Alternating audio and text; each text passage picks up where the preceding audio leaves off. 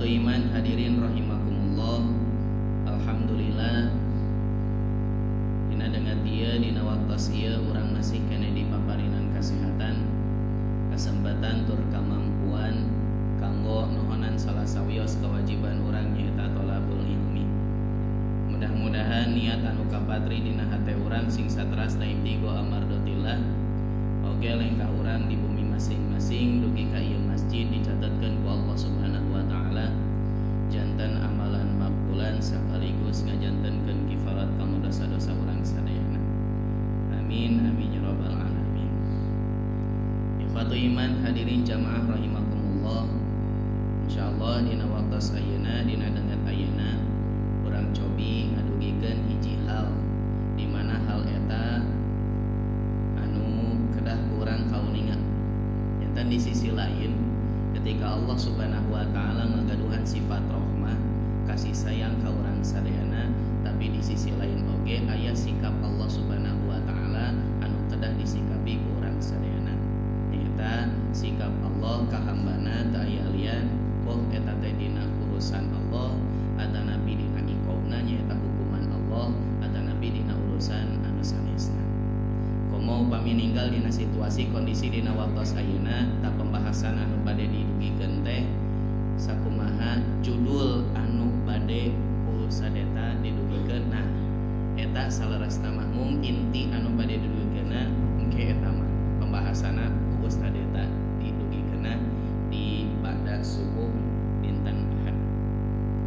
Dina waktos ayeuna urang cobi ngabahas heula nyaeta jalmi-jalmi anu dilaknat ku Allah Subhanahu wa taala sareng Rasulullah sallallahu alaihi wasallam. Siapa orang-orang yang dilaknat oleh Allah dan siapa orang-orang yang dilaknat oleh Rasulnya, dan kriteria yang seperti apa yang dilaknat oleh Allah dan dilaknat oleh Rasulnya. Nah yeuna urang sok ngupingkeun kalimat laknat, urang sok ngupingkeun kata laknat, tapi pertarosana apa yang dimaksud dengan laknat. Nah ini yang perlu kita ketahui sebelum kita mengucapkan atau mengenal laknat, maka harus kita ketahui apa laknat sendiri. Ternyata di dalam Lisanul Arab juz ke-13 halaman 387 dan 388 didefinisikan dan diartikan bahwa yang dimaksud dengan laknat artinya jauh dari kebaikan. Dan juga yang menyatakan laknat satu adalah jauh dari Allah, atau yang dimaksud setiap yang terlaknat Allah artinya ia jauh dari rahmat Allah dan berhak mendapatkan siksa, akhirnya binasa. Itu yang dimaksud dengan laknat. Tapi ternyata laknat itu bukan hanya bisa diucapkan atau dengan disikapi oleh Allah sendiri, termasuk hamba Allah Subhanahu wa taala juga, yaitu kita ternyata bisa melaknat kepada yang lainnya. Tapi laknat Allah dengan laknat kita berbeda. Laknat Allah mah bisa jadi satu jauh dari rahmat Allah, kemudian bisa juga siksa Allah Subhanahu wa taala, tapi berbeda dengan laknat yang diucapkan oleh kita. Karena kita mah tidak ada hak untuk menyiksa orang, kan gitu banyak. Itu atau menghukum orang lain. Lalu apa laknat yang diucapkan oleh kita? Adapun laknat itu dari manusia dan makhluk Allah Subhanahu wa taala yang lainnya, maka yang dimaksud laknat tersebut adalah satu celaan, kemudian yang kedua doa. Ada apa? Doa kunut. Nah, doa kunut nazilah itu terkandung doa-doa melaknat, tujuannya langsung ditujukan kepada satu kaum yang mentolimi orang muslim. Kehancuran, kerusakan, perpecahan, kalau memang orang tersebut, kaum tersebut mentolimi umat Islam. Itu kan terjadi ketika di zaman Rasul, di zaman Nabi diutuslah 70 orang yang hafidz Al-Quran, tapi ternyata ditipu. Maka Rasulullah SAW mengadakan kunut nazilah selama 1 bulan, dan itu pun bukan hanya dilaksanakan pada waktu subuh saja, tapi dilaksanakan setiap waktu. Dan di dalam doa-doa tersebut juga mengandung kalimat-kalimat atau doa-doa untuk melaknat kaum-kaum yang mentolimi umat Islam. Nah itu, jadi kalau laknat dari Allah Subhanahu wa Ta'ala, satu, jauh rahmatnya dari Allah. Kemudian yang kedua, bisa jadi laknat itu datangnya siksa dari Allah Subhanahu wa Ta'ala. Tapi kalau laknat datangnya dari kita semua, satu itu celaan, kemudian yang kedua itu adalah doa. Doanya juga sama, meminta kepada Allah Subhanahu wa Ta'ala untuk menghukum satu kaum atau menghukum orang tersebut yang memang wajar untuk kita doakan untuk dilaknat oleh Allah Subhanahu wa Ta'ala. Tapi yang akan kita bahas yaitu orang-orang yang dilaknat oleh Allah dan orang-orang yang dilaknat oleh Rasulnya dari hadis dan dari ayat Allah Subhanahu wa Ta'ala. Yang pertama, siapa yang dilaknat oleh Allah Subhanahu wa Ta'ala? Di dalam hadis Rasulullah SAW menjelaskan, hadis riwayat Muslim nomor 1978. Di dalam hadis tersebut, satu, orang yang menyembelih untuk selain nama Allah. Kemudian yang kedua, orang yang melindungi pelaku maksiat, tapi dalam tanda kutip maksiat anu sapertos kumaha gitu. Kemudian yang ketiga, orang yang mencela orang tuanya atau orang yang melaknat orang tuanya. Kemudian yang keempat, orang yang merubah batas tanah atau kepemilikan tanah nasak itu teras kurang dilebihan. Di dalam hadisnya Rasulullah SAW mengungkapkan, la'anallahu man dzabaha li ghairillah. Satu, Allah Subhanahu wa Ta'ala akan melaknat orang man dzabaha yang menjembeli li ghairillah untuk selain Allah Subhanahu wa Ta'ala atau tidak mengatasnamakan Allah Subhanahu wa Ta'ala. Geresel we henteu ngucapkeun kalimat Allah, geresel we henteu tujuanna kanggo Allah Subhanahu wa Ta'ala. Nah dina grup kuring dikirim dikintun yaitu tempat jagal sapi pak itu. Nah kumaha cara mencitna, ditinggal ngelaku martil gitu kan nggak depruk gitu. Nah tos nggak depruk namanya dipencit. Nah tapi untungnya sanes diurang gitu mah, tapi di luar gitu. Ta'awudzubillahi min dzalik. Tapi itu juga antisipasi kanggo orang sadayana. Nalika orang meser daging boh di pasar di mana wae orang teh kedah hati-hati. Pilih sistem mencitna sapertos kumaha, pilih cara mencitna sapertos kumaha. Tapi orang keterbatasan kan pengetahuanna, daging di pasar sapertos kumaha gitu. Salami orang terang mah berarti tanggung jawab orang ya gitu kan, bertanggung jawab siapa yang menyembelihna eta mah. Tapi upami orang tos terang, ternyata di tempat jagal eta mencitna siga kitu, ternyata di tempat jagal itu mencitna siga kieu, dikamanakeun wae pemasarana tatos kurang tebihan, ulah disamperkeun deui dengan alasan tuh apal api-api. Hari api-api gitu mah teu biasa Pak gitu. Ayeuna jagal hayam, nah kurang ge kedah diperhatoskeun cara mencitna. Upami tos dipencit ternyata teu acan paeh-paeh leres, teras dialungkeun kanu cai, paehna dina cai, layak dimakan tidak?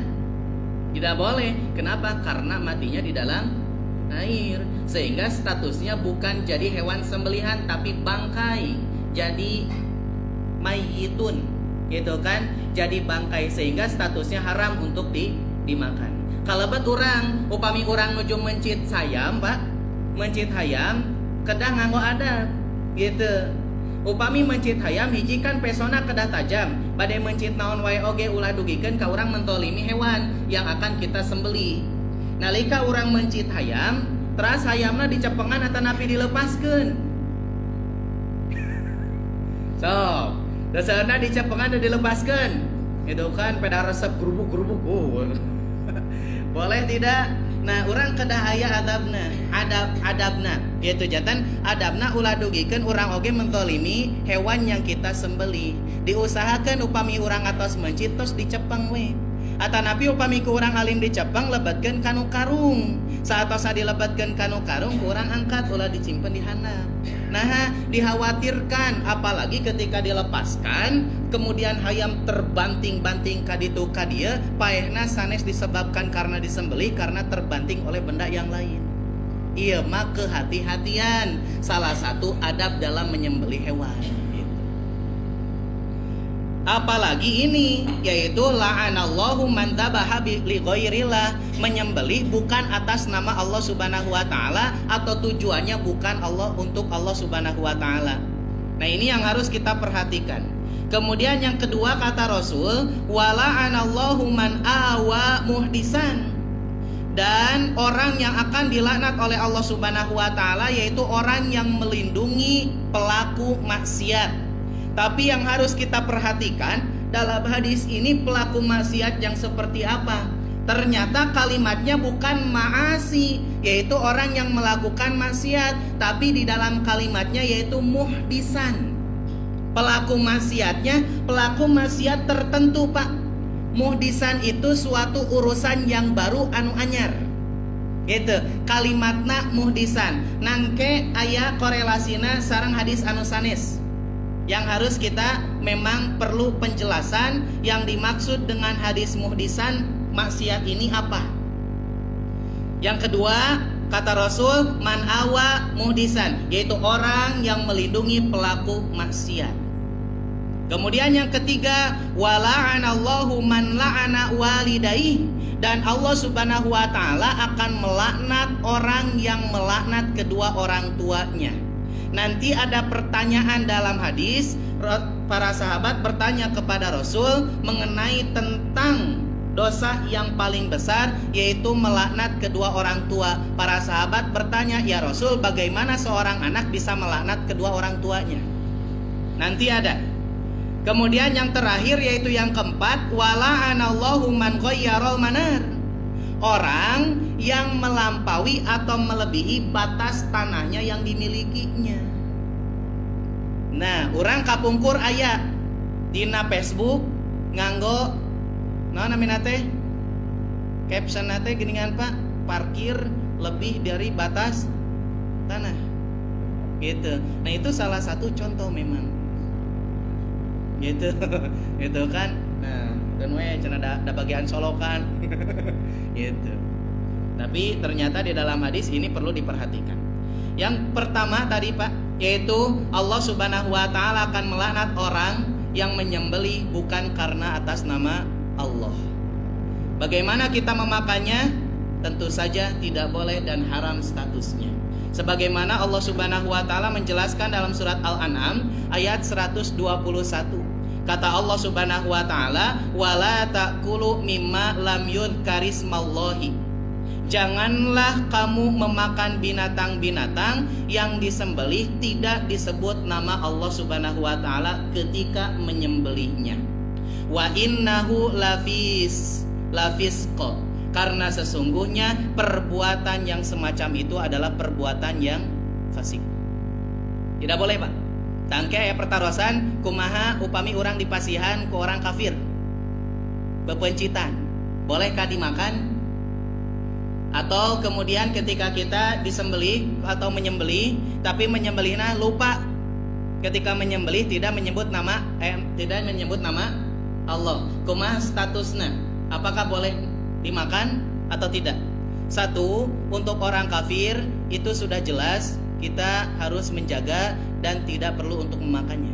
Tapi kalau makanan yang lain seperti buah-buahan silahkan, karena aman buah-buahan mah. Kalebat nanti permasalahannya ketika ada sasajen, itu kan sasajen, aya bakakak, aya kopi, aya dewegan, aya roti, aya surutu. Itu. Nah, segala rupa we. Itu udah terang dipahena rabi ge gitu kan. Gitu. Nah, nanti ada pertanyaan, apakah boleh dimakan? Gitu.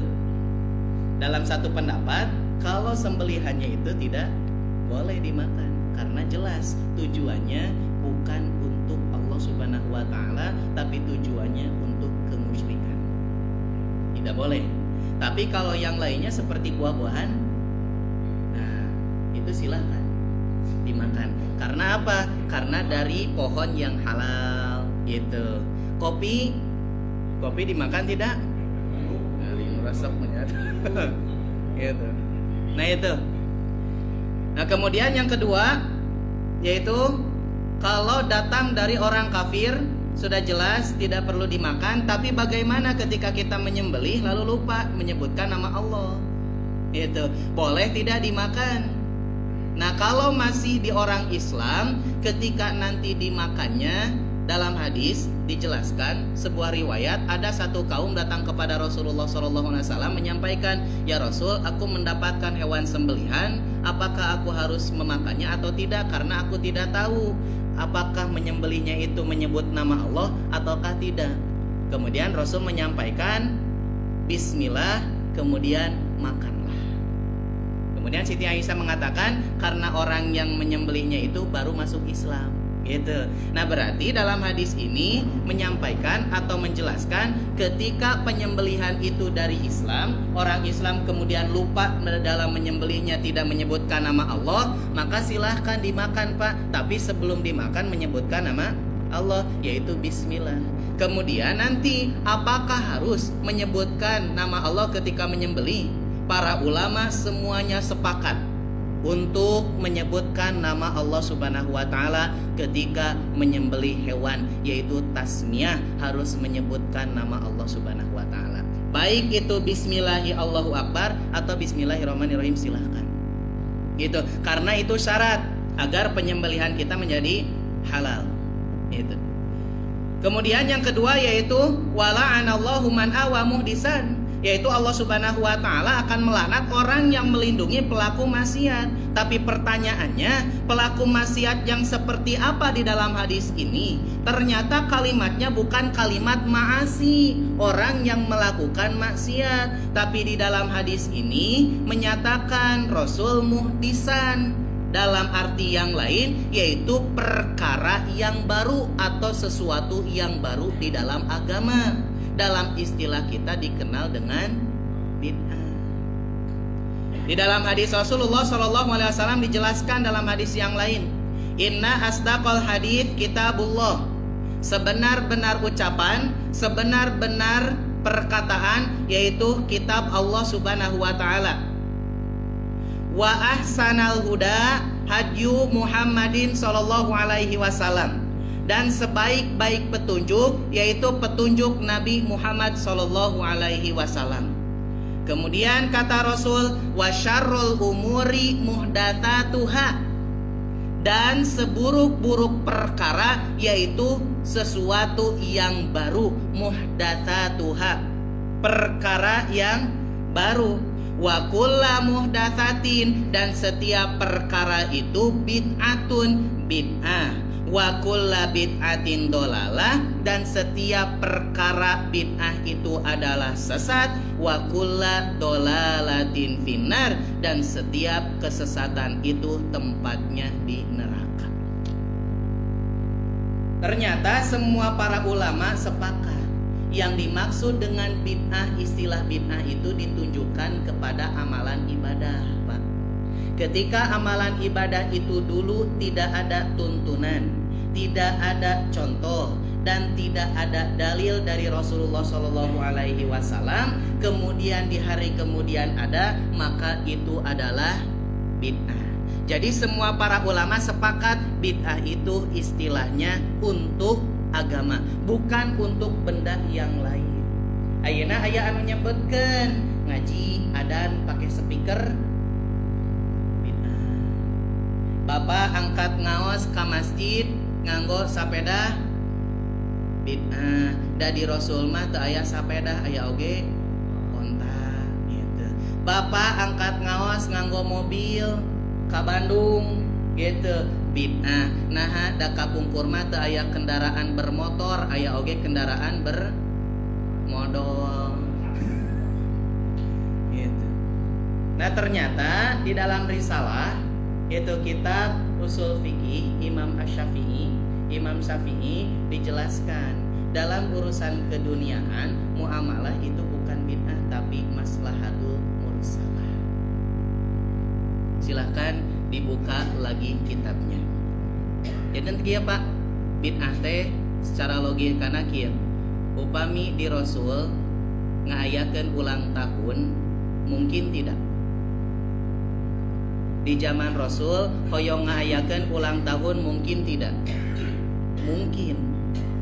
Tapi kenapa Rasulullah SAW tidak melaksanakannya? Karena tidak ada motivasi, yaitu perintah dari Allah. Nah itu bid'ah. Kalau maslahatul mursalah sapertos kieu, Rasul aya motivasi henteu Pak di zaman kapungkur hoyong ngadamel kendaraan anu lebih canggih daripada onta? Ada tidak? Ada motivasi mah, tapi kenapa Rasulullah SAW tidak melakukannya? Karena belum ada alat dan bahan untuk membuat seperti sekarang. Nah itu maslahatul mursalah. Gitu. Nah ini juga perlu kita perhatikan. Jadi silahkan dibuka lagi tentang usul fikihnya, usul fikih Imam Syafi'i yaitu dalam kitabnya Risalah dan yang lain sebagainya, agar kita bisa memahami tentang pendapat para ulama mengenai tentang bid'ah. Nah itu silahkan pendapat-pendapat diantara para ulama mengenai tentang bid'ah seperti apa. Tapi setahu saya tentang bid'ah itu semua ulama, jumhur ulama sepakat bahwa bid'ah itu ditunjukkan kepada urusan agama, bukan urusan dunia.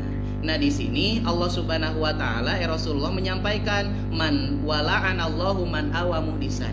Allah Subhanahu wa taala akan melaknat orang yang menjaga pelaku maksiat. Tapi di dalam hadis ini kalimatnya bukan ma'asi tapi muhdisan, berarti menunjukkan kepada orang yang mengada-ada di dalam agamanya atau membuat sesuatu yang baru di dalam agamanya, sehingga korelasinya tepat dengan hadis ini, yaitu yang mengatakan tentang perkara yang baru itu adalah sesuatu yang buruk gitu.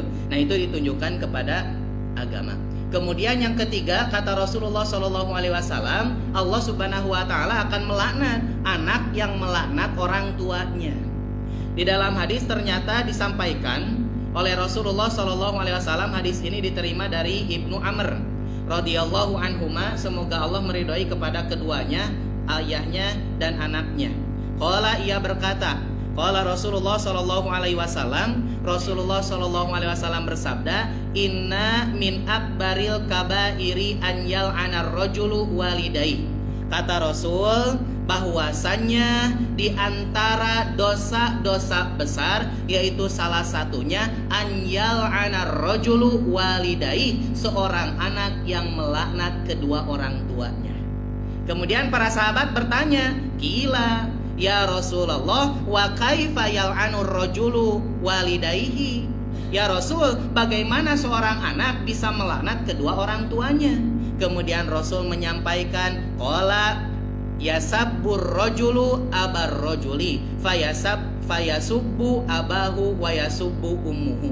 Kieu Pak.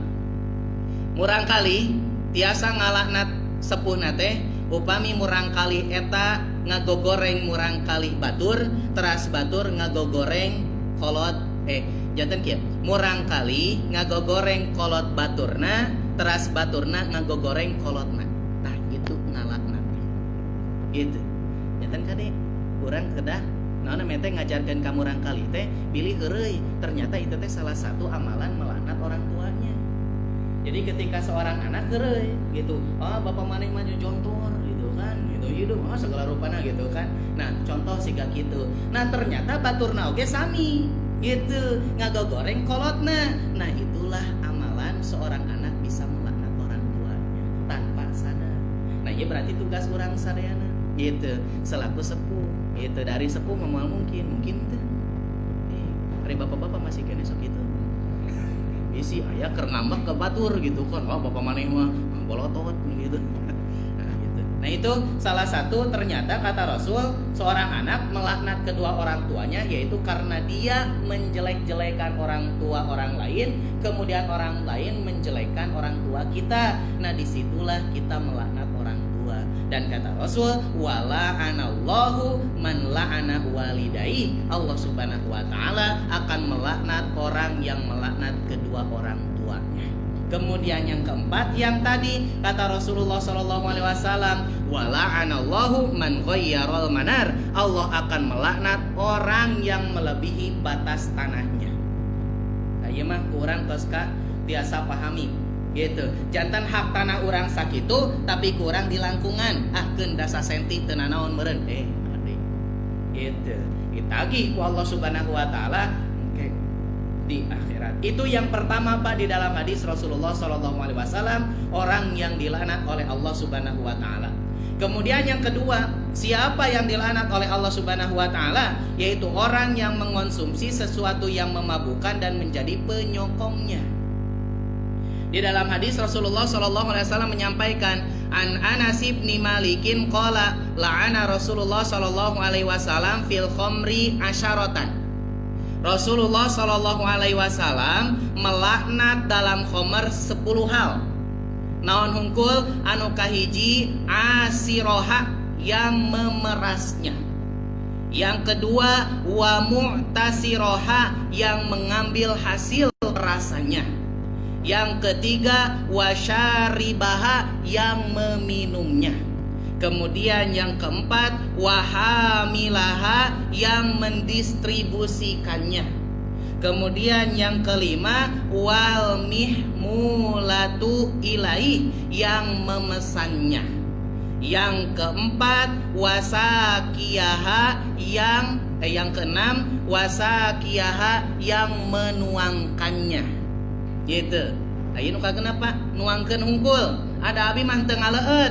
Gitu tah, ngan menuangkeun hungkul. Gitu. Nuangkeun hungkul teu ngaleut abi mah teu. Gitu. Gitu. Nah, ternyata masih kene masuk di dia ku Rasul. Terus wabai'aha anu ka-7 yang menjualnya. Wa akila thamaniha yang ke-8 yang memakan hasil penjualannya. Hasil ngajualkeun. Abi mangical dan tenuang teu. Nya ari eta mah tenuang tapi hasilna gitu. Gitu. Kemudian wal mushtari laha yang membeli secara langsung, wal mushtaratu lahu yang membelikan untuk yang lain. Teu abi mah henteu gitu ngan pameserkeun hungkul. Nah, 10 perkara di dalam khamr ternyata oleh Rasulullah sallallahu alaihi wasallam dilaknat. Janten ternyata urang bade ngiring nuang, bade ngiring ngaleut, bade henteu ngaleut upami ririungan dirinya termasuk yang dilaknat oleh Rasulullah sallallahu alaihi wasallam. Teu aya untung. Upami atos aya kukumpulan siga kitu tos angkat sok sanaos babaturan deukeut. Itu anu sok nganjutkeun duit. Nah, tos we angkat, Pak. Gitu. Nu sok masihan artos ge. Kenapa? Karena ternyata 10 hal yang dilaknat oleh Rasulullah sallallahu alaihi wasallam di dalam khamr, bukan hanya yang meminumnya, tapi yang membelikan, yang menuangkan dan yang memakan hasil penjualannya meskipun tidak meminumnya, itu dilaknat oleh Rasulullah sallallahu alaihi wasallam dina urusan khamr, yaitu hal-hal yang memabukkan. Kemudian yang ketiga, yaitu yang memakan riba dan menolong dalam terlaksananya transaksi riba. Di dalam hadis Rasulullah Shallallahu Alaihi Wasallam menyampaikan, an Jabirin, hadis ini diterima dari Jabir radhiyallahu anhu qala, ia mengatakan, la'ana Rasulullah Shallallahu Alaihi Wasallam, Rasulullah Shallallahu Alaihi Wasallam melaknat akilar riba, orang yang memakan riba. Kemudian wamu kilahu, dan orang yang menyetorkan riba. Kemudian yang kedua wakatibahu, orang yang mencatatkan transaksi riba. Kemudian yang keempat wasyahidaihi, orang yang menjadi saksi terlaksananya transaksi riba. Kata Rasul, hum sawaun, sadayana oge sami. Hadisna riwayat Muslim nomor 1588. Ternyata 4 perkara terlaksananya transaksi riba. Yang pertama orang yang memakan riba, kemudian yang menyetorkan harta riba, kemudian yang mencatat terlaksananya transaksi riba, kemudian yang keempat orang yang menjadi saksi terlaksananya riba. Hum sawaun, kata Rasulullah, sadayana oge sami dilaknat ku Allah subhanahu wa ta'ala sareng Rasulullah sallallahu alaihi wasallam. Bahkan di dalam ayat Allah subhanahu wa ta'ala memperingatkan kepada kita, Pak. Dalam surat Al-Baqarah ayat 275, kata Allah subhanahu wa ta'ala, orang yang memakan riba nanti kondisi di akhirat itu akan seperti apa? Kata Rasul, kata Allah, alladzina yakuluna riba la yakumuna illa kama yakumul ladzina yatakhabbatuhu syaiton. Orang-orang yang memakan riba tidak dapat berdiri nanti di akhirat itu, melainkan seperti berdirinya orang yang kemasukan setan lantaran tertekan penyakit gila. Minal mas, karena tertekan penyakit gila. Imam Ibnu Katsir menjelaskan di dalam kitabnya, yaitu Tafsir Ibnu Katsir jilid pertama halaman 546. Kata Imam Ibnu Katsir, la yakumuna min kuburihim. Orang-orang yang memakan riba itu mereka tidak akan bisa bangkit di dalam kuburnya yaumal kiamah, nanti di hari kiamat, illa kama yakumul masru'u hala soroihi, kecuali ia berdiri pada saat mendapat tekanan penyakit dan setan merasukinya. Wadzalika annahu yakumu qiyaman munkaron. Hal ini menunjukkan bahwa kondisi berdiri mereka saat itu sangat buruk sekali.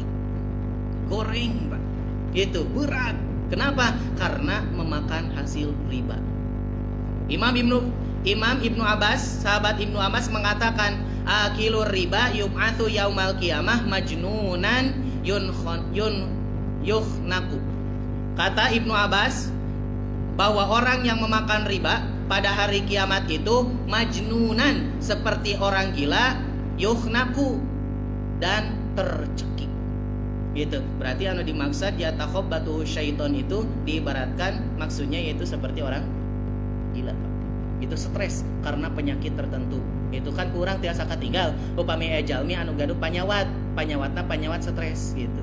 Upami dina hiji waktu sumping panyawatna dongkap kumaha. Kan tersadar, kadang ngoboakan, kadang jejeritan, kadang gugulingan. Nah gitulah gambaran nama. Tapi duka wallahu alam mungkin di akhirat sapertos kumaha gambaran anu lebih jelas. Nah, pilih penasaran.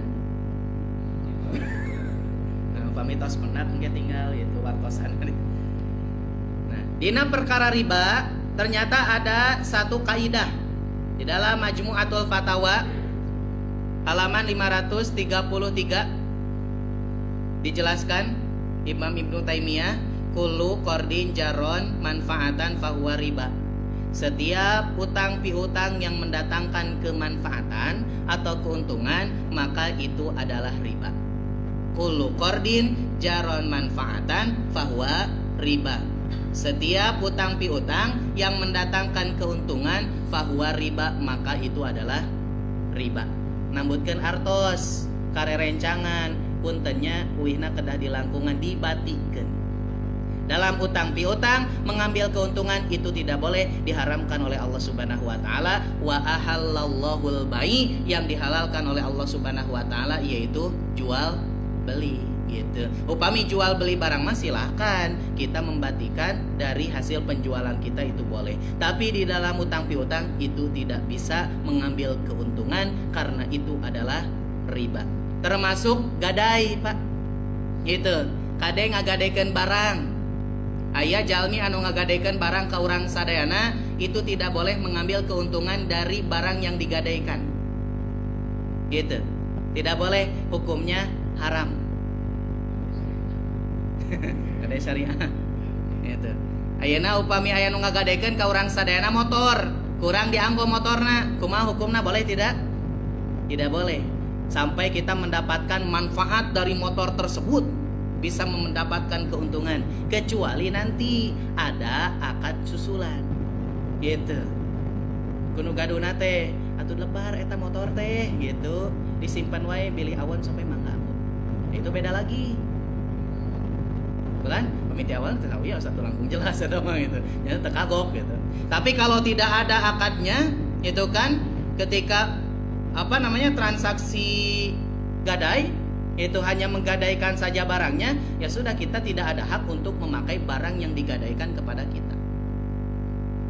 Nah, kapungkur seueur anu naroskeun kumaha atuh dina bab sawah.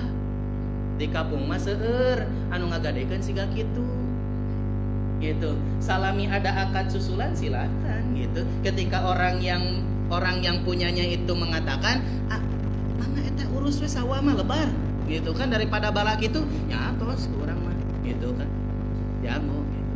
Tapi kalau tidak ada itu akad susulan, maka hukumnya haram, tidak boleh. Itu dalam urusan gadai menggadai. Ayeuna dina jual beli Pak. Itu dina jual beli. Upami urang ngical barang kanggo anu cash mah sakieu hargana, upami kanggo anu kredit sakieu hargana. Laptop ya SIM kuring. Gitu. Sanes nawiskeun, sanes contoh ieu mah gitu kan. Tapi yang bade meser nya moal dipasihkeun gitu. Nah, laptop gitu, ku SIM kuring teh ditawiskeun contoh. Mangga Pak, ditawiskeun 5 juta anu cash. Tapi apa mi kredit mah 6 juta wios. Boleh? Boleh. Jual beli mah gitu. Silahkan, tapi kedah jelas di awalna. Gitu. Terus engke perhitungan dalam kredit angsurana kedah sesuai.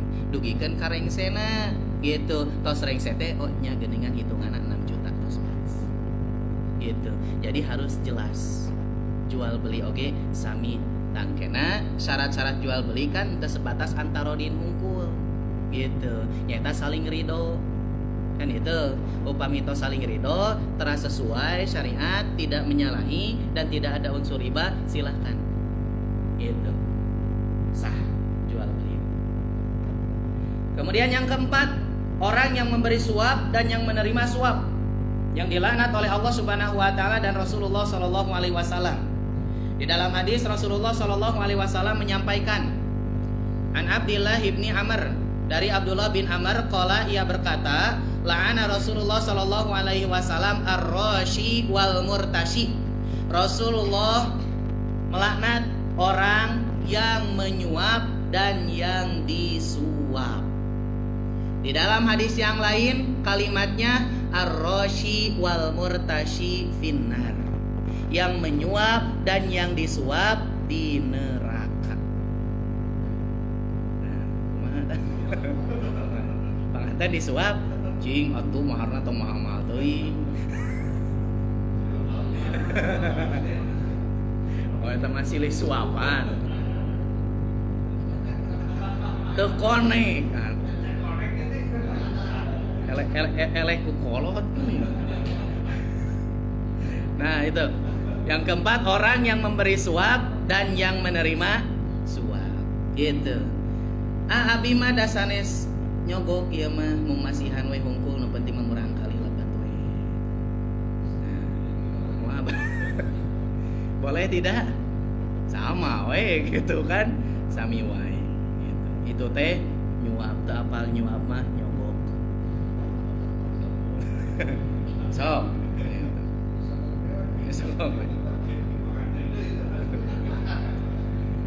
Ya, itu nomor keempat. Kemudian nomor kelima, nah ini mah sudah disampaikan kalau tidak salah, yaitu tentang baju, tentang pakaian. Pria yang menyerupai wanita dan wanita yang menyerupai pria.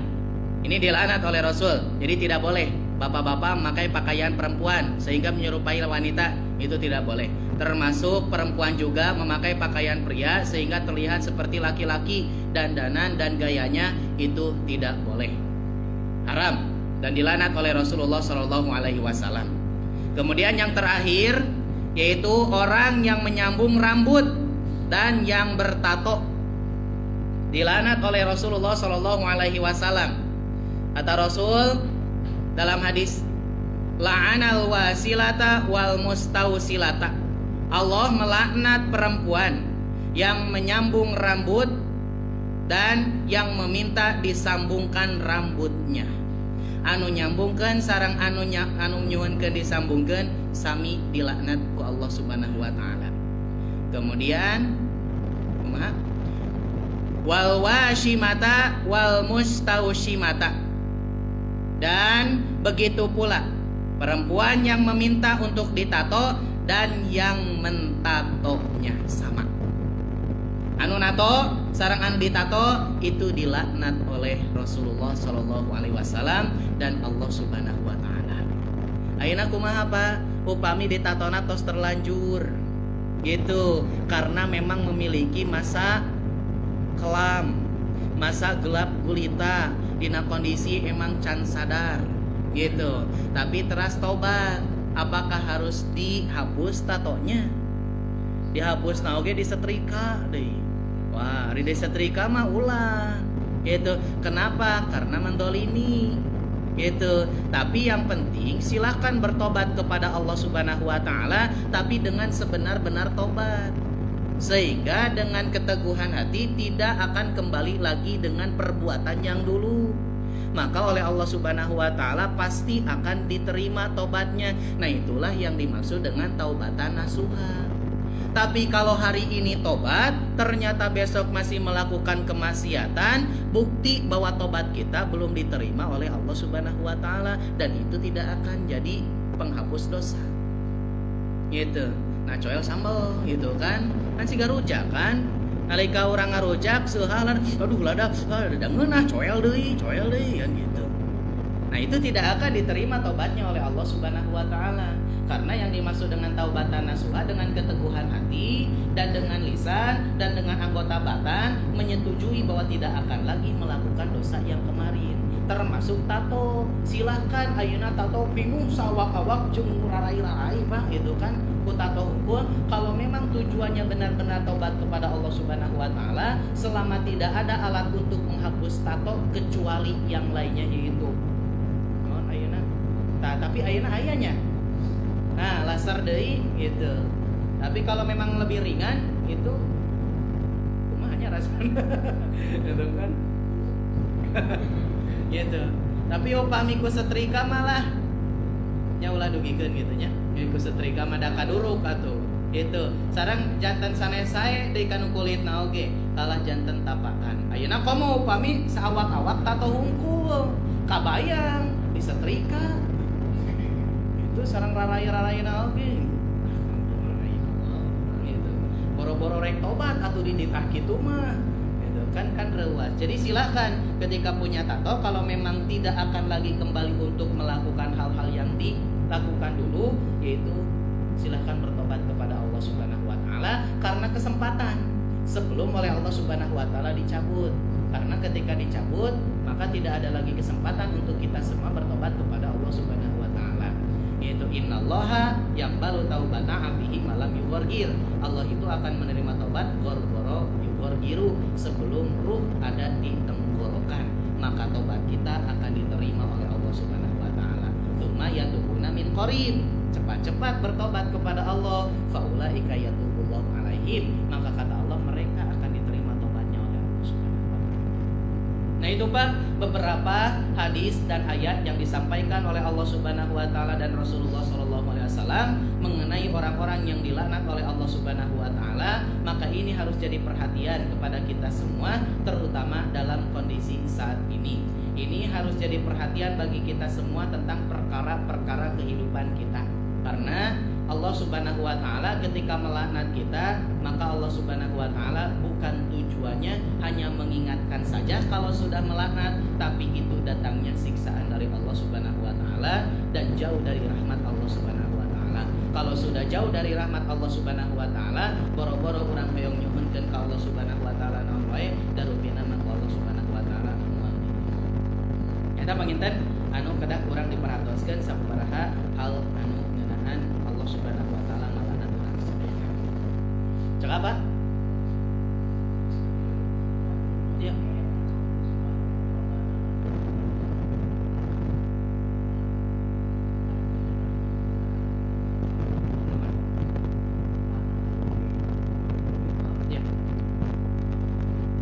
Kalabat anu riba biasa.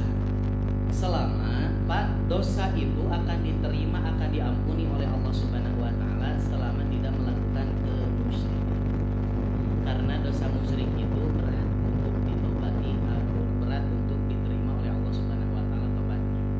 Bahkan di dalam hadis yang lain itu mengenai tentang ketauhidan bahwa seorang hamba nanti yang datang kepada Allah Subhanahu wa taala di hari kiamat, seberapapun dosa yang diembannya seluas bumi ini akan diterima oleh Allah Subhanahu wa taala tobatnya. Itu kan ketika di alam dunia itu meskipun dosanya itu seluas seisi bumi selama tidak melakukan kemusyrikan. Karena kemusyrikan itu inna ladulmun adzim, karena kezaliman yang sangat besar. Termasuk riba. Kalau kita berusaha untuk jauh dari riba karena sebelumnya pernah melakukan hal seperti itu, kemudian kita bertobat kepada Allah Subhanahu wa taala,